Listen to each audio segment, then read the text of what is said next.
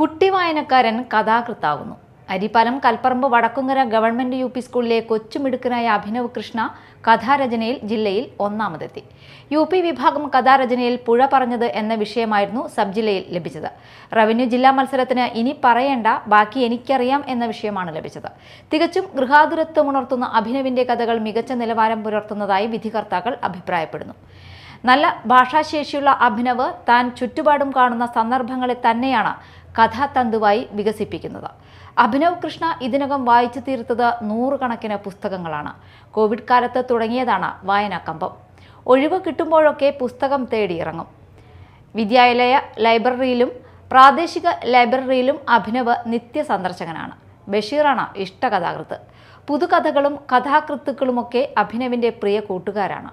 ഇത്രയും ചെറിയ പ്രായത്തിൽ ഇത്രയധികം പുസ്തകങ്ങൾ വായിച്ചു തീർത്ത കുട്ടികളെ ഇതുവരെ കണ്ടിട്ടില്ലെന്ന് അധ്യാപകർ സാക്ഷ്യപ്പെടുത്തുന്നു. വടക്കുങ്ങര ഗവൺമെന്റ് യു.പി. സ്കൂളിൽ ഇക്കഴിഞ്ഞ വർഷം നടത്തിയ വായനാ വസന്തം പദ്ധതിയാണ് വായനയിലേക്ക് കൂടുതൽ ആകർഷിപ്പിച്ചതെന്ന് അഭിനവ് പറയുന്നു. ഏറ്റവും കൂടുതൽ വായിക്കുന്ന കുട്ടികൾക്ക് സമ്മാനങ്ങൾ ഏർപ്പെടുത്തിയിരുന്നു. അതിൽ ഒന്നാമതെത്തിയതും അഭിനവ് തന്നെയായിരുന്നു.